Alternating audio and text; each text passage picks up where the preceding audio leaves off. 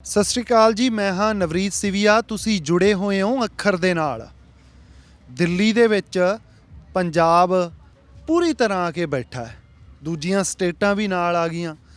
ਪਰ ਇਹ ਜੋ ਕੁਝ ਹੋ ਰਿਹਾ, ਜਿਵੇਂ ਚੱਲ ਰਿਹਾ ਹੈ, ਇਹਨੂੰ ਵੱਖ-ਵੱਖ ਲੋਕ ਜਿਨ੍ਹਾਂ ਨੂੰ ਅਸੀਂ ਮਿਲਦੇ ਹਾਂ, ਅਸੀਂ ਪੁੱਛਦੇ ਹਾਂ, ਸਮਝਦੇ ਹਾਂ ਕਿ ਉਹ ਕਿਵੇਂ ਦੇਖਦੇ ਆ ਜੋ ਕੁਝ ਵੀ ਹੋ ਰਿਹਾ ਹੈਗਾ, ਅਤੇ ਕੀ ਜਿਹੜੇ ਸਿੱਟੇ ਆ ਗਏ ਜੋ ਅਸੀਂ ਹਾਸਲ ਕਰਨਾ ਚਾਹੁੰਦੇ ਹਾਂ ਉਹ ਬਿਲਕੁਲ ਸਾਡੇ ਜਿਵੇਂ ਮਨ ਦੀ ਰੀਝ ਆ ਗਈ ਉਸ ਮੁਤਾਬਕ ਹੋਣਗੇ। ਹਾਲਾਂਕਿ ਭਵਿੱਖ ਨੂੰ ਕੋਈ ਵੀ ਤੈਅ ਨਹੀਂ ਕਰ ਸਕਦਾ, ਪਰ ਵਰਤਮਾਨ ਨੂੰ ਜਿਹੜਾ ਮੌਜੂਦਾ ਸਮਾਂ ਹੁੰਦਾ, ਚੱਲ ਰਿਹਾ ਹੁੰਦਾ ਟਾਈਮ, ਉਹਨੂੰ ਸਮਝਣਾ ਬੇਹੱਦ ਜ਼ਰੂਰੀ ਹੁੰਦਾ। ਮੇਰੇ ਨਾਲ ਭਾਈ ਮਨਧੀਰ ਸਿੰਘ ਨੇ। ਬਹੁਤ ਲੈਕਚਰ ਇਹਨਾਂ ਦੇ ਇੰਟਰਨੈਟ 'ਤੇ ਆਪਾਂ ਦੇਖੇ ਆ ਗਏ, ਸੁਣਦੇ ਰਹਿੰਦੇ ਇਹਨਾਂ ਨੂੰ। ਬਹੁਤ ਬਹੁਤ ਸ਼ੁਕਰੀਆ ਬਾਈ ਸਮਾਂ ਦੇਣ ਲਈ। ਹਾਂਜੀ, ਵਾਹਿਗੁਰੂ ਜੀ ਕਾ ਖਾਲਸਾ, ਵਾਹਿਗੁਰੂ ਜੀ ਕੀ ਫਤਿਹ। ਬਾਈ ਕਿਵੇਂ ਦੇਖਦੇ ਹੋ ਜੋ ਅੰਦੋਲਨ ਚੱਲ ਰਿਹਾ ਗਾ ਪੰਜਾਬ ਤੋਂ? ਹਰ ਪਾਸਿਓਂ ਲੋਕ ਆਏ ਆ, ਅਤੇ ਪੰਜਾਬੀ ਜਿੱਥੇ ਵੀ ਬੈਠਾ, ਜਿਹੜਾ ਚਲੋ ਇੱਥੇ ਨਹੀਂ ਵੀ ਨਾ, ਧਿਆਨ ਉਹਦਾ ਵੀ ਇੱਥੇ ਹੀ ਆ। ਦੇਖੋ, ਇੱਕ ਤਾਂ ਨੁਕਤਾ ਇਹਦੇ ਵਿੱਚ ਇਹ ਹੈਗਾ ਕਿ ਜਿਸ ਤਰੀਕੇ ਦੇ ਨਾਲ ਕਿਸਾਨ ਯੂਨੀਅਨਾਂ ਦੀ ਅਗਵਾਈ ਦੇ ਵਿੱਚ ਇੰਡੀਆ ਦੀ ਕੇਂਦਰ ਸਰਕਾਰ ਦੇ ਨਾਲ 3 ਕਿਸਾਨੀ ਬਿੱਲਾਂ ਦੇ ਉੱਤੇ ਗੱਲਬਾਤ ਚੱਲ ਰਹੀ ਇੱਥੇ ਆ ਕੇ, ਇੱਕ ਤਾਂ ਉਹ ਪੱਖ ਹੈ ਇਹਦਾ। ਬਟ ਇੱਕ ਦੂਜਾ ਪੱਖ ਇਹਦਾ ਇਹ ਹੈਗਾ ਕਿ ਜਿਸ ਤਰੀਕੇ ਦੇ ਨਾਲ ਪਿਛਲੇ ਲਗਭਗ ਹੁਣ 2 ਮਹੀਨੇ ਹੀ ਹੋ ਚੱਲੇ ਆ, 2 ਮਹੀਨੇ ਦੇ ਵਿੱਚ ਜਿਸ ਤਰੀਕੇ ਨਾਲ ਇੱਥੇ ਲੋਕ ਰਹੇ ਆ, ਤੋ ਮੈਂ ਉਹਦੇ ਬਾਰੇ ਪਹਿਲਾਂ ਗੱਲ ਕਰਨੀ ਚਾਹੁੰਦਾ ਕਿ ਜਿਸ ਤਰੀਕੇ ਦੇ ਨਾਲ ਲੋਕ ਇੱਥੇ ਇੱਕ ਸੁਰਤਾ ਦੇ ਨਾਲ, ਇੱਕ ਮੁੱਠਤਾ ਦੇ ਨਾਲ ਰਹੇ ਆ, ਉਹਦੀ ਉਦਾਹਰਣ ਇਹ ਆਪ ਹੈ। ਅਤੇ ਉਹ ਇਹ ਮੈਂ ਸਮਝਦਾ ਕਿ ਉਹ ਇਸ ਕਰਕੇ ਪੋਸੀਬਲ ਹੋ ਸਕਿਆ ਕਿ ਇੱਥੇ ਜਿਹੜੀ ਸਿੱਖੀ ਆ ਉਹ ਕੇਂਦਰ ਬਿੰਦੂ, ਜਿਹਦੇ ਆਲੇ ਦੁਆਲੇ ਸਾਰਾ ਕੁਛ ਬਿਲਟ ਹੋਇਆ। ਜੇ ਗੁਰਮਤ ਦਾ ਧੁਰਾ ਹੋਏ ਤਾਂ ਸਾਰੀ ਵੰਨਗੀ ਦੇ ਸਿੱਖ ਅਤੇ ਸਾਰੀ ਵੰਨਗੀ ਦੇ ਪੰਜਾਬੀ, ਚਾਹੇ ਉਹ ਕਿਸੇ ਜਾਤ ਧਰਮ ਜਾਂ ਵਿਚਾਰਧਾਰਾ ਨਾਲ ਰੱਖਦੇ ਹੋਣ, ਜਾਂ ਇਸ ਵਾਈਡਰ ਵੱਡੇ ਖਿੱਤੇ ਦੇ ਜਿਹੜੇ ਵੱਖ-ਵੱਖ ਭਿੰਨਤਾ ਰੱਖਣ ਵਾਲੇ ਲੋਕ ਹੈ, ਉਹ ਆਪੋ ਆਪਣੀ ਜਗ੍ਹਾ ਰਹਿ ਕੇ ਆਪਣਾ ਯੋਗਦਾਨ ਸਟਰਗਲ 'ਚ ਪਾ ਸਕਦੇ ਜੇ ਸਿੱਖੀ ਕੇਂਦਰ ਦੇ ਵਿੱਚ ਆ ਜਾਏ। ਤਾਂ ਇਹ ਇੱਕ ਇੱਥੋਂ ਭਵਿੱਖ ਦੇ ਲਈ ਸਾਡੇ ਸਾਰਿਆਂ ਦੇ ਲਈ ਸਬਕ ਹੈ ਕਿ ਜੇ ਇੱਥੇ ਸਾਂਝੀਵਾਲਤਾ ਵਾਲੇ ਕੋਈ ਸਟਰਕਚਰ, ਚਾਹੇ ਸੋਸ਼ਲ ਹੈ, ਚਾਹੇ ਪੋਲੀਟੀਕਲ ਹੈ, ਚਾਹੇ ਈਵਨ ਇਕਨੋਮਿਕ ਹੈ, ਉਹ ਖੜ੍ਹੇ ਕਰਨੇ ਆ, ਤਾਂ ਆਪਾਂ ਨੂੰ ਗੁਰਮਤ ਤੋਂ ਪ੍ਰੇਰਣਾ ਲੈ ਕੇ ਉਹਨੂੰ ਕੇਂਦਰ 'ਚ ਲਿਆਉਣਾ ਪੈਣਾ। ਫਿਰ ਸਾਰਾ ਕੁਝ ਆਪਣੇ ਆਪ ਹੀ ਸਾਰਿਆਂ ਨੂੰ ਸਪੇਸ ਮਿਲ ਜਾਂਦੀ, ਬਣਦੀ। ਤਾਂ ਇਹ ਮੇਰੇ ਖਿਆਲ ਦੇ ਵਿੱਚ ਇੱਕ ਭਵਿੱਖ ਲਈ ਸਾਡੇ ਸਾਰਿਆਂ ਦੇ ਲਈ ਲੈਸਨ ਹੈ, ਸਿੱਖਾਂ ਦੇ ਲਈ ਵੀ, ਜਿਹੜੇ ਨਹੀਂ ਸਿੱਖ ਹੈਗੇ ਉਹਨਾਂ ਲਈ ਵੀ। ਸਭ ਤੋਂ ਇੱਕ ਜਦੋਂ ਆਪਾਂ ਦੇਖਦੇ ਹਾਂ ਇਹਨੂੰ, ਹੈ ਨਾ, ਵੀ ਪੰਜਾਬ ਤੋਂ ਆਉਂਦੇ ਆਗੇ ਅਤੇ ਦੂਸਰੀਆਂ ਸਟੇਟਾਂ ਨਾਲ ਆ ਜਾਂਦੀਆਂ ਆਪਣੇ, ਹੈ ਨਾ, ਹਰਿਆਣਾ, ਰਾਜਸਥਾਨ, ਠੀਕ ਆ, ਕੋਈ ਘੱਟ ਗਿਣਤੀ ਕਿਸੇ ਦੀ ਘੱਟ ਵੱਧ ਹੋਊਗੀ, ਪਰ ਉਹ ਨਾਲ ਆ ਜਾਂਦੀਆਂ ਗੀਆਂ। ਇਹ ਜਿਹੜਾ ਇਸ ਤਰ੍ਹਾਂ ਇਕੱਠਾ ਹੋਣਾ ਗਾ, ਇਹ ਪੂਰਾ ਆਪਣੇ ਜਿਹੜਾ ਖਿੱਤਾ ਗਾ, ਹੈ ਨਾ, ਜਿਹੜਾ ਪਹਿਲਾਂ ਪੰਜਾਬ ਹੀ ਇੱਕ ਤਰ੍ਹਾਂ ਆਪਾਂ ਰਿਹਾ ਗਾ, ਇਸ ਤਰ੍ਹਾਂ ਇਕੱਠਾ ਹੋਣਾ, ਇਹਨੂੰ ਤੁਸੀਂ ਕਿਵੇਂ ਦੇਖਦੇ ਹੋ ਵੀ ਲੋਕਾਂ ਦੇ ਵਿੱਚ ਫਿਰ ਉਹ ਭਾਵਨਾ ਕਿ ਯਾਰ ਅਸੀਂ ਇੱਕ ਹਾਂ, ਅਸੀਂ ਇਕੱਠੇ ਹਾਂ? ਨਹੀਂ, ਜਿਸ ਕਰਕੇ ਇੱਥੇ ਏਕਤਾ ਹੋਈ ਆ ਉਹ ਇਸ ਕਰਕੇ ਹੋਈ ਆ ਕਿ ਜਿਹੜਾ ਸਿੱਖੀ ਦਾ ਬੁਨਿਆਦੀ ਨੁਕਤਾ ਹੈ ਪੋਲੀਟਿਕਸ ਦਾ, ਕਿ ਜਰਵਾਣੇ ਦੇ ਖਿਲਾਫ ਖੜ੍ਹਨਾ, ਨਿਤਾਣੇ ਦੇ ਹੱਕ 'ਚ ਖੜ੍ਹਨਾ। ਅੱਜ ਸਿੱਖ ਜਿਹੜੀ ਇਹ ਦਿੱਲੀ ਦੀ ਗਵਰਨਮੈਂਟ ਹੈ, ਜਿਸ ਤਰੀਕੇ ਦੇ ਨਾਲ ਉਹ ਪਿਛਲੇ 5-6 ਸਾਲ ਤੋਂ ਜਾਂ ਈਵਨ ਉਦੋਂ ਪਹਿਲਾਂ ਤੋਂ ਵੀ ਪੇਸ਼ ਆਉਂਦੇ ਆਏ ਆ, ਉਹ ਬਿਲਕੁਲ ਆਮ ਲੋਕਾਂ ਦੇ ਮਨ ਦੇ ਵਿੱਚ ਉਹਨਾਂ ਦੀ ਜਿਹੜੀ ਇਮੇਜ ਹੈਗੀ ਆ, ਉਹ ਇੱਕ ਤਾਨਾਸ਼ਾਹ ਜਰਵਾਣੇ ਵਾਲੀ ਬਣ ਗਈ ਹੈ। ਜਦ ਸਿੱਖ ਆਪਣੇ ਇਤਿਹਾਸ ਤੋਂ, ਆਪਣੇ ਸਿਧਾਂਤ ਤੋਂ, ਗੁਰਮਤ ਤੋਂ ਪ੍ਰੇਰਣਾ ਲੈ ਕੇ ਜਰਵਾਣੇ ਦੇ ਖਿਲਾਫ ਖੜ੍ਹੇ ਆ ਅਤੇ ਨਿਤਾਣਿਆਂ ਦੇ ਹੱਕ 'ਚ ਖੜ੍ਹੇ ਆ, ਤਾਂ ਜਿੰਨਾ ਸਾਰਾ ਇੱਥੇ ਦਾ ਨਿਤਾਣਾ ਵਰਕ ਹੈ, ਕੁਦਰਤੀ ਉਹਦੇ ਵਿੱਚ ਜਿਹੜੀ ਸਾਂਝ ਬਣਨੀ, ਉਹ ਨੈਚੁਰਲ ਫਿਨੋਮੀਨਾ ਹੀ ਹੈ। ਜਦ ਵੀ ਆਪਾਂ ਨਿਤਾਣੇ ਦੇ ਹੱਕ 'ਚ ਖੜਾਂਗੇ, ਜਾਬਰ ਦੇ ਖਿਲਾਫ ਖੜਾਂਗੇ, ਤਾਂ ਸਾਂਝ ਆਪਣੇ ਆਪ ਹੀ ਬਣ ਜਾਣੀ ਹੈ। ਹਾਲਾਂਕਿ ਇਹ ਗੱਲ ਠੀਕ ਹੈ ਕਿ ਹਰੇਕ ਖਿੱਤੇ ਦੀਆਂ, ਹਰੇਕ ਕੌਮ ਦੀਆਂ ਆਪੋ ਆਪਣੀਆਂ ਵੀ ਕੁਛ ਖਾਸ ਮੰਗਾਂ ਹੁੰਦੀਆਂ, ਖਾਸ ਉਮੰਗਾਂ ਹੁੰਦੀਆਂ, ਐਸਪੀਰੇਸ਼ਨਸ ਹੁੰਦੀਆਂ, ਹੈ ਨਾ, ਜਿਨ੍ਹਾਂ ਨੂੰ ਪੂਰੇ ਕਰਨ ਦੇ ਲਈ ਤੁਸੀਂ ਇਕੱਲਿਆਂ ਵੀ ਕਈ ਵਾਰ ਤੁਹਾਨੂੰ ਲੜਨਾ ਪੈਂਦਾ। ਪਰ ਜਿੱਥੋਂ ਤੱਕ ਮਹਾਰਾਜ ਨੇ ਸਾਡੇ 'ਤੇ ਫਰਜ਼ ਆਇਦ ਕੀਤਾ ਹੋਇਆ, ਉਹ ਸਾਰਿਆਂ ਦੇ ਲਈ ਖੜ੍ਹਨ ਦਾ ਕੀਤਾ ਹੋਇਆ। ਜਦੋਂ ਵੀ ਅਸੀਂ ਆਪਣੇ ਹੱਕਾਂ ਲਈ ਲੜਦੇ ਹੋਏ ਬਾਕੀਆਂ ਦੇ ਹੱਕਾਂ ਲਈ ਵੀ ਨਾਲ ਖੜਾਂਗੇ, ਤਾਂ ਉਹ ਸਾਂਝ ਨੈਚੁਰਲ ਬਣਨੀ ਹੈ। ਹਾਂ, ਅਤੇ ਹੁਣ ਮੇਰਾ ਸਵਾਲ ਆ ਜਿਹੜਾ ਬਾਈ, ਇੱਦੋਂ ਆਪਾਂ ਜੇ ਦੇਖ ਗਏ, ਇੱਕ ਤਾਂ ਸੱਚ ਆ ਜੋ ਚੱਲ ਰਿਹਾ ਇੱਥੇ, ਹੈ ਨਾ, ਇੱਕ ਆ ਗਿਆ ਕਿ ਬਰਾਬਰ ਸਰਕਾਰ ਜਾਂ ਜਿਹੜੀ ਕਹਿ ਲਓ ਵੀ ਦੂਜੀ ਧਿਰ ਆ, ਉਹ ਬਣਾਉਣ ਦੀ ਕੋਸ਼ਿਸ਼ ਕਰ ਰਹੀ ਹੈਗੀ, ਜਾਂ ਪਹਿਲਾਂ ਤੋਂ ਵੀ ਇੱਕ ਲੰਬੇ ਸਮੇਂ ਤੋਂ, ਮੈਂ ਜੇ ਸਹੀ ਰੂਪ 'ਚ ਗੱਲ ਕਰਾਂ ਵੀ ਸਿੱਖਾਂ ਦਾ ਜਿਹੜਾ ਅਕਸ ਹੈਗਾ ਉਹ ਬਣਾਇਆ ਜਾ ਰਿਹਾ ਸੀਗਾ ਉੱਧਰੋਂ, ਉਹਦੇ 'ਚ ਵੀ ਕੋਈ ਬਦਲਾਅ ਦੇਖਦੇ ਹੋ ਤੁਸੀਂ? ਨਹੀਂ, ਉਹਦੇ ਵਿੱਚ ਤਾਂ ਨਿਸ਼ਚਿਤ ਰੂਪ ਹੀ ਵਿੱਚ ਜਿਹੜੇ 50-55 ਦਿਨ ਹੋਏ ਨੇ, ਸਿੱਖਾਂ ਦਾ ਜਿਹੜਾ ਅਕਸ ਪਿਛਲੇ ਇੱਕ ਸਮੇਂ ਤੋਂ ਮੀਡੀਆ ਦੇ ਜ਼ਰੀਏ ਮਜ਼ਾਕੀਆ ਰੂਪ ਦੇ ਵਿੱਚ ਬਣਾਇਆ ਗਿਆ ਸੀਗਾ, ਜਾਂ ਉਦੋਂ ਪਹਿਲਾਂ ਮੀਡੀਆ ਦੇ ਰੂਪ ਦੇ ਵਿੱਚ ਇੱਕ ਬਿਲਕੁਲ ਦਹਿਸ਼ਤ ਫੈਲਾਉਣ ਵਾਲੇ ਬੰਦਿਆਂ ਦਾ ਬਣਾਇਆ ਗਿਆ ਸੀਗਾ। ਉਹ ਜਿਸ ਤਰੀਕੇ ਦੇ ਨਾਲ ਸਿੱਖ ਇੱਥੇ ਆ ਕੇ ਉਹਨਾਂ ਦਾ ਅਮਲ ਸਾਰਿਆਂ ਦੇ ਸਾਹਮਣੇ ਪ੍ਰਤੱਖ ਹੋਇਆ ਹੈ, ਉਹਦੇ ਵਿੱਚ ਇਨ ਜਨਰਲ ਸਿੱਖਾਂ ਦਾ ਜੋ ਉਹਨਾਂ ਦਾ ਅਸਲ ਰੂਪ ਹੈਗਾ ਉਹ ਪ੍ਰਗਟ ਹੋਇਆ, ਅਤੇ ਉਹਦੇ ਵਿੱਚ ਸਾਰਿਆਂ ਨੂੰ ਲੱਗਿਆ ਕਿ ਇਹ ਤਾਂ ਸਰਬੱਤ ਦੇ ਭਲੇ ਦੇ ਲਈ ਖੜ੍ਹਨ ਵਾਲੇ ਲੋਕ ਨੇ। ਅਤੇ ਉਹ ਮੇਰੇ ਖਿਆਲ ਦੇ ਵਿੱਚ ਜਿੰਨਾ ਕਿ 55 ਦਿਨ ਦੇ ਅਮਲ ਦੇ ਨਾਲ ਸਿੱਖਾਂ ਦੀ ਅਸਲ ਜਿਹੜੀ ਰੂਪ ਹੈਗਾ ਉਹ ਇੰਡੀਆ ਦੇ ਵਿੱਚ ਵੀ ਦੁਨੀਆ ਦੇ ਵਿੱਚ ਵੀ ਜਿਹੜਾ ਫੈਲਿਆ, ਉਹ ਸ਼ਾਇਦ ਬਹੁਤ ਲੰਬੇ ਪ੍ਰਚਾਰ ਦੇ ਨਾਲ ਵੀ, ਬਹੁਤ ਜ਼ਿਆਦਾ ਪ੍ਰਚਾਰ ਦੀਆਂ ਮੁਹਿੰਮਾਂ ਜਾਂ ਖਰਚੇ ਕਰਕੇ ਵੀ ਫੈਲਣ ਵਾਲਾ ਨਹੀਂ ਸੀਗਾ, ਜਿਹੜਾ ਸਹਿਜ ਸੁਭਾਅ ਹੀ ਹੋ ਗਿਆ ਇਸ ਮਸਲੇ ਨਾਲ। ਹਾਲਾਂਕਿ ਉਹ ਗੱਲ ਨੂੰ ਲੋਕ ਤਵੱਜੋ ਪਤਾ ਨਹੀਂ ਉਹ 'ਤੇ ਗੱਲ ਕਿਉਂ ਘੱਟ ਹੋ ਰਹੀ ਆ। ਇੱਕ ਰਵਾਇਤ ਆ ਲੰਗਰ ਦੀ, ਉਹਦਾ ਵੀ ਇੱਕ ਬਹੁਤ ਵੱਡਾ ਰੋਲ ਰਿਹਾ। ਜਦੋਂ ਦੂਸਰੇ ਬਾਰਡਰ ਦੇ ਉੱਤੇ ਇੱਕ ਵੱਡਾ ਲੀਡਰ ਆਖਦਾ ਹੈ ਕਿ ਜੇ ਇੱਥੇ ਬੈਠੇ ਆ ਤਾਂ ਥਾਂ ਥਾਂ ਦੇ ਉੱਤੇ ਜਿਹੜੇ ਗੁਰਦੁਆਰਿਆਂ ਨੇ ਲੰਗਰ ਲਾਏ ਹੋਏ ਆ, ਉਹਦਾ ਵੀ ਭਾਈ ਇੱਕ ਵੱਡਾ ਰੋਲ ਹੈ। ਹਾਲਾਂ ਉਹਦੀ ਪੂਰੀ ਗੱਲਬਾਤ ਤਾਂ ਬਹੁਤ ਲੰਬੀ ਸੀ, ਮੈਂ ਰਕੇਸ਼ ਟਕੈਤ ਦੀ ਗੱਲ ਕਰਦਾ, ਤਾਂ ਇਹਦਾ ਵੀ ਇੱਕ ਰੋਲ ਰਿਹਾ ਵੀ ਜਿਹੜੀਆਂ ਨਾਲ ਇਸ ਅੰਦੋਲਨ ਦੇ ਵਿੱਚ ਜਿਹੜੀਆਂ ਸਿੱਖਾਂ ਦੀਆਂ ਪਰੰਪਰਾਵਾਂ ਸੀਗੀਆਂ ਜਾਂ ਰਵਾਇਤ ਚੱਲਦੀ ਆ ਆਪਣੇ, ਹੈ ਨਾ, ਜੋ ਕੋਈ ਵੀ ਸ਼ੁਰੂ ਹੋਈ ਆ, ਉਹਨਾਂ ਦਾ ਵੀ ਰੋਲ ਆ। ਇਹ ਤਾਂ ਨਿਸ਼ਚਿਤ ਹੀ। ਹੁਣ ਮਤਲਬ ਜਿਹੜਾ ਪੰਜਾਬ ਹੈ, ਜਿਹੜਾ ਪੁਰਾਣਾ ਪੰਜਾਬ ਹੈ ਨਾ, ਉਹਦੇ ਵਿੱਚ ਕਿਉਂਕਿ ਸਿੱਖੀ ਜਿਹੜੀ ਹੈਗੀ ਆ ਉੱਥੇ ਦੀ ਸਾਰੀ ਜ਼ਿੰਦਗੀ ਦਾ ਧੁਰਾ ਰਹੀ ਆ, ਇਸ ਕਰਕੇ ਉੱਥੋਂ ਦੇ ਜਿਹੜੇ ਲੋਕ ਨੇ ਉਹ ਚਾਹੇ ਹੋਰ ਧਰਮਾਂ ਦੇ ਨੇ, ਚਾਹੇ ਉਹ ਕਿਸੇ ਧਰਮ ਨੂੰ ਨਹੀਂ ਵੀ ਮੰਨਦੇ, ਸਿੱਖੀ ਧੁਰੇ 'ਚ ਰਹਿਣ ਕਰਕੇ ਉਹਨਾਂ ਦਾ ਜਿਹੜਾ ਸੱਭਿਆਚਾਰ ਹੈਗਾ ਉਹ ਬਹੁਤ ਸਿੱਖੀ ਦੇ ਨੇੜੇ ਹੀ ਹੋ ਗਿਆ ਹੋਇਆ। ਆਪਣੇ ਪੰਜਾਬ ਦੇ ਲੋਕ ਜਿਸ ਤਰੀਕੇ ਦੇ ਨਾਲ ਲੰਗਰ ਦੇ ਸੰਬੰਧ ਦੇ ਵਿੱਚ ਜਾਂ ਦੂਜੇ ਨੂੰ ਸਹਾਇਤਾ ਕਰਨ ਦੇ ਸੰਬੰਧ ਦੇ ਵਿੱਚ, ਆਮ ਲੋਕ ਵੀ ਜਿਹੜਾ ਸਿੱਖ ਨਹੀਂ ਵੀ ਹੈ, ਉਹ ਜਿਸ ਤਰੀਕੇ ਨਾਲ ਬਿਹੇਵ ਕਰਦਾ, ਇੰਡੀਆ ਦਾ ਦੂਜਾ ਲੋਕ ਉਸ ਤਰ੍ਹਾਂ ਨਹੀਂ ਕਰ ਪਾਉਂਦਾ ਹੈ, ਅਤੇ ਉਹਨਾਂ ਨੇ ਹੁਣ ਇਹ ਤੋਂ ਸਿੱਖਿਆ ਲਈ। ਹਾਂ, ਨੇਚਰ 'ਚ ਡਿਫਰ ਆ।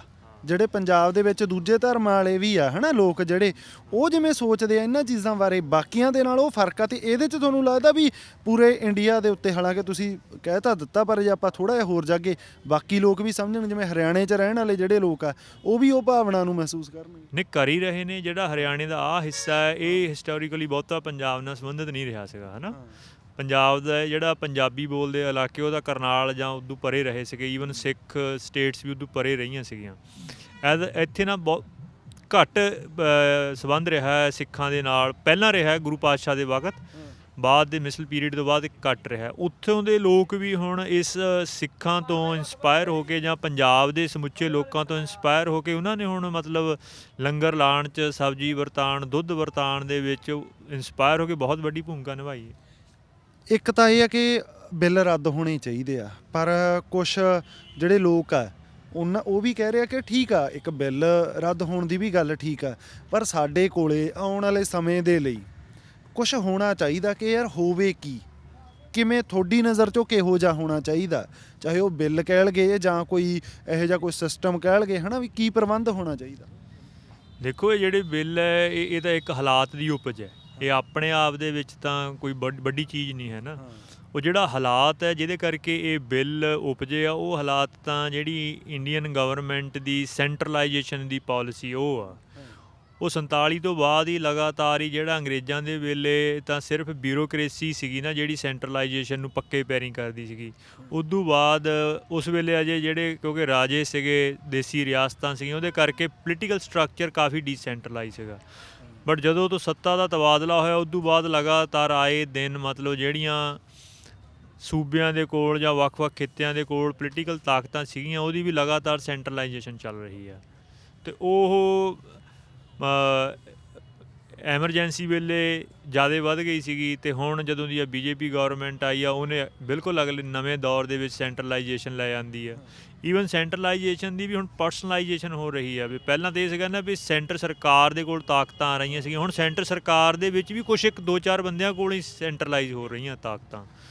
ਤੋ ਸੋ ਅਸਲ ਦੇ ਵਿੱਚ ਤਾਂ ਉਹ ਮਸਲਾ ਹੈ ਐਡਰੈਸ ਕਰਨ ਵਾਲਾ, ਜਿਹੜਾ ਇੱਕ ਟੋਟਲ ਹਾਲਾਤ ਹੈ ਇਸ ਖਿੱਤੇ ਦੇ ਵਿੱਚ ਜੋ ਚੱਲ ਰਿਹਾ, ਇਹ ਪੋਲੀਟੀਕਲ ਸਟਰਕਚਰ ਹੈ ਜਿਹਦੇ ਵਿੱਚ ਸੈਂਟਰਲਾਈਜੇਸ਼ਨ ਬਿਲਕੁਲ ਅਗਲੇ ਦੌਰਾਂ 'ਚ ਪਹੁੰਚ ਰਹੀ ਆ, ਉਹਨੂੰ ਐਡਰੈਸ ਕਰੇ ਤੋਂ ਬਿਨਾਂ ਮਤਲਬ ਹਾਲਾਤ ਜਿਹੜੇ ਉਹ ਠੀਕ ਨਹੀਂ ਹੋ ਸਕਦੇ। ਮਤਲਬ ਖੇਤੀ ਅੱਜ ਇੱਕ ਮੁੱਦਾ ਤਾਂ ਹੈਗਾ, ਪਰ ਇਹਦੀ ਵੀ ਗਾਂਹ ਜਿਹੜੀ ਜੜ ਪਈ ਹੈਗੀ ਉਹੀ ਰਾਜਾਂ ਨੂੰ ਵੱਧ ਅਧਿਕਾਰ ਜਾਂ ਉਹਨਾਂ ਨੂੰ ਜਿਹੜੇ ਆਪਦੇ ਉਹਨਾਂ ਨੇ ਫੈਸਲੇ ਕਰਨੇ ਆ, ਜਿਵੇਂ ਖੇਤੀ ਰਾਜਾਂ ਦਾ ਅਧਿਕਾਰ ਹੈਗਾ, ਉਹ ਤੇ ਕਾਨੂੰਨ ਬਣਾ ਸਕਦੇ ਆ, ਪਰ ਇਹਦੇ ਤੇ ਕਾਨੂੰਨ ਬਣਾਤਾ, ਅਸਲ ਜੜ ਤਾਂ ਇਹਦੀ ਫਿਰ ਉੱਥੇ ਪਈ ਆ। ਮੈਂ ਉਹੀ ਕਹਿ ਰਿਹਾ ਵੀ ਰੌਲਾ ਤਾਂ ਉਹ ਜਿਹੜੀ ਪਿਛਲੇ 47 ਤੋਂ ਹੀ ਜਿਹੜੀ ਸੈਂਟਰਲਾਈਜੇਸ਼ਨ ਨੂੰ ਹੋਰ ਜ਼ਿਆਦਾ ਪੀੜਾ ਕਰਨ ਦੀ, ਜਿਹੜੀ ਮਜ਼ਬੂਤ ਕਰਨ ਦੀ ਪਾਲਿਸੀ ਆ, ਉਹਦੇ ਵਿੱਚ ਇਹਦੀ ਜੜ ਪਈ ਆ। ਜਿੰਨਾ ਟਾਈਮ ਤੱਕ ਜਾਂ ਤਾਂ ਇੱਥੇ ਕੋਈ ਇਮਾਨਦਾਰ ਸ਼ਾਸਕ ਆ ਜਾਣ ਜਿਹੜੇ ਇਹ ਸਮਝ ਲੈਣੇ ਗੱਲ ਵੀ ਇੰਡੀਆ ਜਿਹੜਾ ਹੈਗਾ ਇਹ ਇੱਕ ਦੇਸ਼ ਨਹੀਂ, ਇਹ ਇੱਕ ਵੱਡਾ ਖਿੱਤਾ ਹੈ। ਜਿੱਦਾਂ ਅਰਬ ਮੁਲਕ ਨੇ, ਆਪਾਂ ਉਹਨਾਂ ਨੂੰ ਇੱਕ ਪੂਰੇ ਖਿੱਤੇ ਨੂੰ ਇੱਕ ਜਨਰਲ ਟਰਮ ਅਰਬ ਦੇ ਨਾਲ ਸੰਬੋਧਨ ਕਰ ਲੈਂਦੇ, ਉਹਦੇ ਵਿੱਚ ਕਿੰਨੇ ਹੀ ਜ਼ਿਆਦਾ ਦੇਸ਼ ਨੇ। ਇੱਦਾਂ ਹੀ ਇੰਡੀਆ ਅੰਗਰੇਜ਼ਾਂ ਨੇ ਜਿਹੜੀ ਇਹ ਟਰਮ ਲਿਆਂਦੀ ਸੀਗੀ ਇੱਕ ਮੁਲਕ ਲਈ ਤੇ ਲਿਆਂਦੀ ਨਹੀਂ ਸੀ, ਖਿੱਤਾ ਹੈ ਤੇ ਇਹਦੇ ਵਿੱਚ ਬਹੁਤ ਸਾਰੇ ਮੁਲਕ ਨੇ। ਤਾਂ ਉਹ ਮੁਲਕ ਜਿਹੜੇ ਹੈਗੇ ਆ ਉਹ ਇਸੇ ਤਰੀਕੇ ਦੇ ਨਾਲ ਆਪੋ ਆਪਣੀ ਤਰੱਕੀ ਕਰ ਸਕਦੇ ਆ ਜੇ ਸਾਰਿਆਂ ਨੂੰ ਖੁਦਮੁਖਤਿਆਰੀ ਮਿਲੇ, ਉਹ ਆਪੋ ਆਪਣੇ ਫੈਸਲੇ ਲੈਣ ਦੇ ਲਈ ਆਜ਼ਾਦ ਹੋਣ। ਜਿੱਦਾਂ ਯੂਰਪੀਅਨ ਯੂਨੀਅਨ ਹੈ ਹੀ ਸਾਡੇ ਸਾਹਮਣੇ, ਹੈ ਨਾ ਵੀ 28-29 ਆਪਣੇ ਆਪ ਦੇ ਵਿੱਚ ਸੋਵਰਨ ਮੁਲਕ ਵੀ ਆ, ਬਟ ਉਹਨਾਂ ਦੀ ਇੱਕ ਸਾਂਝੀ ਸਰਕਾਰ ਵੀ ਹੈ। ਜੇ ਤਾਂ ਕੋਈ ਇੱਦਾਂ ਦਾ ਸ਼ਾਸਕ ਆ ਜਾਏ ਜਿਹੜਾ ਇਹ ਸਮਝ ਲਏ ਵੀ ਇੰਨੇ ਰਿਸੋਰਸ ਹੋਣ ਦੇ ਬਾਵਜੂਦ ਵੀ ਇਹ ਖਿੱਤਾ ਸਮਾਜਿਕ ਅਤੇ ਆਰਥਿਕ ਤੌਰ ਦੇ ਉੱਤੇ ਜੇ ਨਹੀਂ ਡਿਵੈਲਪ ਹੋ ਪਾਇਆ, ਤਾਂ ਉਹਦੀ ਵਜ੍ਹਾ ਇਹ ਆ ਕਿ ਜਿਹੜੇ ਸਾਡੇ ਰਾਜਸੀ ਢਾਂਚੇ ਆ ਉਹ ਡਿਵੈਲਪ ਨਹੀਂ ਹੈਗੇ ਹੁਣ ਦੇ ਸਮੇਂ ਦੇ ਅਨੁਸਾਰ। ਬਹੁਤ ਸਰਕਾਰਾਂ ਗੀਆਂ ਜਿਹੜੀਆਂ ਰਾਜ ਸਰਕਾਰਾਂ ਗੀਆਂ, ਉਹ ਇਹ ਗੱਲ ਕਰ ਰਹੀਆਂ ਕਿ ਸਾਨੂੰ ਇਹ 'ਤੇ ਵੀ ਹੁਣ ਅਧਿਕਾਰ ਨਹੀਂ ਰਿਹਾ, ਅਸੀਂ ਇਹਦੇ 'ਤੇ ਵੀ ਨਹੀਂ ਕਾਨੂੰਨ ਬਣਾ ਸਕਦੇ, ਹੈ ਨਾ। ਚੀਜ਼ਾਂ ਹੱਥੋਂ ਬਾਹਰ ਜਾ ਰਹੀਆਂ ਗੀਆਂ, ਹਰ ਹੀ ਚੀਜ਼ ਇਕੱਠੀ ਹੋ ਰਹੀ ਹੈਗੀ ਸੈਂਟਰ 'ਚ। ਤੁਸੀਂ ਤਾਂ ਹੁਣ ਉਹਨੂੰ ਇੱਕ ਅਗਲੀ ਟਰਮ ਵੀ ਵਰਤੀ ਵੀ ਹੁਣ ਇਕੱਲੀ ਸੈਂਟਰ ਨਹੀਂ ਗੱਲ, ਹੁਣ ਇੱਕ ਬੰਦਾ ਵਿਅਕਤੀ ਆ, ਹੈ ਨਾ, ਉਹ ਮੂਹਰੇ ਆ, ਉਹਦੇ ਹੱਥ 'ਚ ਹੀ ਪਾਵਰ ਆ ਗਈ। ਰੌਲਾ ਤਾਂ ਪਾ ਰਹੇ ਆ, ਪਰ ਪੋਲੀਟੀਕਲ ਸਿਸਟਮ ਦੇ ਵਿੱਚ ਜਾਂ ਜਿਹੜੀਆਂ ਉਹ ਪਾਰਟੀਆਂ ਗੀਆਂ, ਉਹ ਮੰਗ ਉਹਨਾਂ ਨੂੰ ਵੀ ਤਾਂ ਉਠਾਉਣੀ ਚਾਹੀਦੀ, ਉਹ ਕਿਤੇ ਵੀ ਕਿਉਂ ਨਹੀਂ ਦਿਸਦੀਆਂ। ਜਿਹੜੀ ਪੋਲੀਟੀਕਲ ਪਾਰਟੀਜ਼ ਹੈਗੀਆਂ ਇਸ ਸਿਸਟਮ ਦੇ ਵਿਦਨ, ਉਹਨਾਂ ਦੀ ਜਿਹੜੀ ਕਰੈਕਟਰ ਹੈਗੀ ਆ ਉਹ ਸਟਰਗਲ ਵਾਲਾ ਨਹੀਂ ਹੈ, ਉਹਦਾ ਪਾਵਰ ਨੂੰ ਇੰਜੋਏ ਕਰਨ ਵਾਲਾ। ਤੋ ਜੇ ਮਤਲਬ ਇਹ ਮੌਜੂਦਾ ਪੋਲੀਟੀਕਲ ਧਿਰ ਜੇ ਇਹ ਗੱਲ ਨਹੀਂ ਸਮਝਦੀ ਹੈ ਨਾ ਵੀ ਇੱਥੇ ਡਾਈਵਰਸਿਟੀ ਦੇ ਲਈ ਇੱਥੇ ਪੋਲੀਟੀਕਲ ਜਿਹੜੇ ਸਟਰਕਚਰ ਹੈ ਉਹਨਾਂ 'ਚ ਤਬਦੀਲੀ ਦੀ ਲੋੜ ਹੈ, ਤੋ ਇੱਥੇ ਜਿਹੜੇ ਲੋਕ ਆਜ਼ਾਦੀ ਨੂੰ ਪਸੰਦ ਕਰਦੇ ਆ, ਜਿਹੜੇ ਇਨਸਾਫ ਨੂੰ ਪਸੰਦ ਕਰਦੇ ਆ, ਜਿਹੜੇ ਅਣਖ ਨਾਲ ਜੀਣਾ ਚਾਹੁੰਦੇ ਆ, ਉਹਨਾਂ ਨੇ ਫਿਰ ਸਟਰਗਲ ਕਰਕੇ ਇੱਥੇ ਤਬਦੀਲੀਆਂ ਲਿਆਉਣੀਆਂ ਨੇ, ਅਤੇ ਜਿਹੜੀ ਆਪਾਂ ਦੇਖ ਹੀ ਰਹੇ ਹਾਂ। ਤੋ ਇਹ ਜਿਹੜੀ ਸਟਰਗਲ ਦੀ ਪੋਲੀਟਿਕਸ ਹੈ ਉਹ ਵੱਖਰੀ ਕਿਸਮ ਦੇ ਕਰੈਕਟਰ ਵਾਲੇ ਲੋਕ ਅਤੇ ਵੱਖਰੀ ਕਿਸਮ ਦੀਆਂ ਜਿਹੜੀਆਂ ਤੰਜੀਮਾਂ ਲੜਦੀਆਂ ਨੇ। ਜਿਹੜੀਆਂ ਵੋਟ ਪੋਲੀਟਿਕਸ ਵਾਲੀਆਂ ਨੇ ਲੀਡਰ ਨੇ ਅਤੇ ਪਾਰਟੀਆਂ ਨੇ, ਉਹ ਤਾਂ ਸੱਤਾ ਦੇ ਵਿੱਚੋਂ ਜਿਹੜਾ ਮੁੱਖ ਸੱਤਾਧਾਰੀ ਹੈਗਾ ਸੈਂਟਰ 'ਚ, ਉਹਦੇ ਕੋਲੋਂ ਆਪਣਾ ਕੁਛ 25-10 ਸ਼ੇਅਰ ਲੈਣ ਲਈ ਲੜ ਸਕਦੀਆਂ ਨੇ। ਤਾਂ ਉਹ ਲੋਕਾਂ ਦੇ ਲਈ ਵੱਧ ਹੱਕ ਲੈਣ ਦੇ ਲਈ ਸਟਰਗਲ ਕਰਨ, ਇਹ ਉਹਨਾਂ ਦਾ ਕਿਰਦਾਰ ਜਾਂ ਨਿਸ਼ਾਨਾ ਹੀ ਨਹੀਂ ਹੈ। ਉਹਨਾਂ ਤੋਂ ਇਸ ਕਰਕੇ ਆਸ ਵੀ ਨਹੀਂ ਰੱਖਣੀ ਚਾਹੀਦੀ, ਉਹ ਨਵੀਂ ਕਿਸਮ ਦੀਆਂ ਹੀ ਹੋਣਗੀਆਂ ਸਟਰਗਲਸ। ਪੰਜਾਬ ਬਦਲੂਗਾ ਇਹਦੇ ਨਾਲ? ਤੁਸੀਂ ਪੋਲੀਟੀਕਲ ਆਪਾਂ ਦੂਸਰੀਆਂ ਪਾਰਟੀਆਂ ਦੀ ਤਾਂ ਗੱਲ ਕਰ ਲਈ ਵੀ, ਤੁਸੀਂ ਕਹਿ ਰਹੇ ਹੋ ਕਿ ਉਹਨਾਂ ਦੀ ਤਾਂ ਸ਼ੇਅਰ ਦਾ ਰੌਲਾ ਗੇ, ਉਹ ਸੱਤਾ ਦੇ ਵਿੱਚ ਸਾਡਾ ਸ਼ੇਅਰ ਹੋਵੇ। ਇਹ ਪਹਿਲੀ ਗੱਲ ਤਾਂ ਜਿਹੜਾ ਅੰਦੋਲਨ ਚੱਲ ਰਿਹਾ ਇਹਦੇ 'ਚੋਂ ਲੱਗਦਾ ਕੋਈ ਰਾਜਨੀਤੀ ਦਾ ਵੀ ਵਿਕਲਪ ਤੁਹਾਨੂੰ ਵੀ ਨਿਕਲ ਸਕਦਾ ਪੰਜਾਬ ਦੀ ਖਾਤਰ, ਅਤੇ ਜੇ ਉਹ ਨਹੀਂ ਨਿਕਲਦਾ, ਜੇ ਤੁਹਾਨੂੰ ਲੱਗਦਾ ਹੋਇਆ ਵੀ ਨਹੀਂ ਉਹ ਮੁਸ਼ਕਲ ਆ, ਤਾਂ ਫਿਰ ਹੋਰ ਕੀ ਚੇਂਜ ਹੋਊਗਾ ਇਹਦੇ ਨਾਲ? ਨਹੀਂ ਨਿਕਲੇਗਾ। ਇਹ ਜਿਹੜਾ ਇੱਥੇ ਪੜਾਅ ਹੋਇਆ ਪਿਛਲੇ 60 ਦਿਨ ਤੋਂ, ਉਸ ਪੜਾਅ ਨੇ ਸੱਤਾ ਦਾ ਜਿਹੜਾ ਨਵਾਂ ਮਾਡਲ ਹੈ ਉਹਦਾ ਕੰਸੈਪਟ ਜਿਹੜਾ ਹੈਗਾ ਉਹ ਲੋਕਾਂ ਦੇ ਸਾਹਮਣੇ ਦੁਬਾਰਾ ਪ੍ਰਗਟ ਕੀਤਾ ਵੀ ਇੱਥੇ ਪੋਲੀਟਿਕਸ ਕੱਲੀ, ਅੱਗੇ ਸਾਰੀਆਂ ਧਿਰਾਂ ਕੱਲੀ ਆਪਣੀ ਧਿਰ ਦੀ ਪੋਲੀਟਿਕਸ ਕਰਦੀਆਂ ਨੇ, ਜੋ ਉਹਨਾਂ ਦੀਆਂ ਮੰਗਾਂ ਨੇ ਜਾਂ ਉਹਨਾਂ ਦੀਆਂ ਉਮੰਗਾਂ ਨੇ ਉਹਨਾਂ ਲਈ, ਭਈ ਇੱਕ ਵਾਈਡਰ ਸਮੂਹ ਦੇ ਲਈ ਵੀ ਲੜਿਆ ਜਾ ਸਕਦਾ। ਇਹ ਸਿੱਖਾਂ ਨੇ ਇੱਥੇ ਰਹਿ ਕੇ ਸਪਸ਼ਟ ਕਰ ਦਿੱਤਾ। ਤਾਂ ਇਹਦਾ ਅਸਰ ਜਦੋਂ ਵੀ ਪੰਜਾਬ 'ਚ ਜਾਣਾ, ਇਹਦਾ ਨਤੀਜਾ ਕੁਝ ਵੀ ਨਿਕਲੇ, ਤਾਂ ਉਹਦੇ ਵਿੱਚ ਜਾ ਕੇ ਪੰਜਾਬ ਦੇ ਵਿੱਚ ਇੱਕ ਨਵੀਂ ਜਿਹੜੀ ਸਟਰਗਲ ਹੈਗੀ ਆ, ਜਿਹੜੀ ਸਰਬੱਤ ਦੇ ਭਲੇ ਦੀ ਪੋਲੀਟਿਕਸ ਹੈਗੀ ਆ, ਉਹਦੇ ਲਈ ਸਟਰਗਲ ਖੜੇਗੀ, ਇਹਦੇ 'ਤੇ ਕੋਈ ਦੋ ਰਾਏ ਨਹੀਂ ਹੈ। ਬਹੁਤ ਬਹੁਤ ਸ਼ੁਕਰੀਆ ਬਾਈ ਗੱਲਬਾਤ ਕਰਨ। ਹਾਂਜੀ, ਵਾਹਿਗੁਰੂ ਜੀ ਕਾ ਖਾਲਸਾ, ਵਾਹਿਗੁਰੂ ਜੀ ਕੀ ਫਤਿਹ। ਇਹ ਸਨ ਭਾਈ ਮਨਧੀਰ ਸਿੰਘ। ਅਤੇ ਬਿਲਕੁਲ ਜਿਵੇਂ ਪੰਜਾਬ ਦੇ ਵਿੱਚ ਆਪਾਂ ਇਹ ਗੱਲ ਕਰ ਹੀ ਰਹੇ ਹਾਂ, ਅਤੇ ਇੱਥੇ ਵੀ ਆ ਕੇ ਜਿਹੜਾ ਸੰਘਰਸ਼ ਚੱਲ ਰਿਹਾ, ਉਮੀਦ ਸਾਰਿਆਂ ਨੂੰ ਆਏ ਆ ਕਿ ਇਕੱਲਾ ਇੱਕ ਪੱਖ ਨਹੀਂ, ਬਹੁਤ ਸਾਰੇ ਪੱਖਾਂ ਦੇ ਵਿੱਚ ਅਜਿਹੇ ਉਭਾਰ ਆਉਣ ਜਿਹੜੇ ਪੰਜਾਬ ਦੇ ਲਈ, ਪੰਜਾਬ ਦੇ ਲੋਕਾਂ ਦੀ ਖਾਤਰ ਚੰਗੇ ਹੋਣ। ਤੁਹਾਡਾ ਬਹੁਤ ਬਹੁਤ ਸ਼ੁਕਰੀਆ, ਤੁਸੀਂ ਇਸ ਵੀਡੀਓ ਦਾ ਹਿੱਸਾ ਬਣੇ ਹੋ।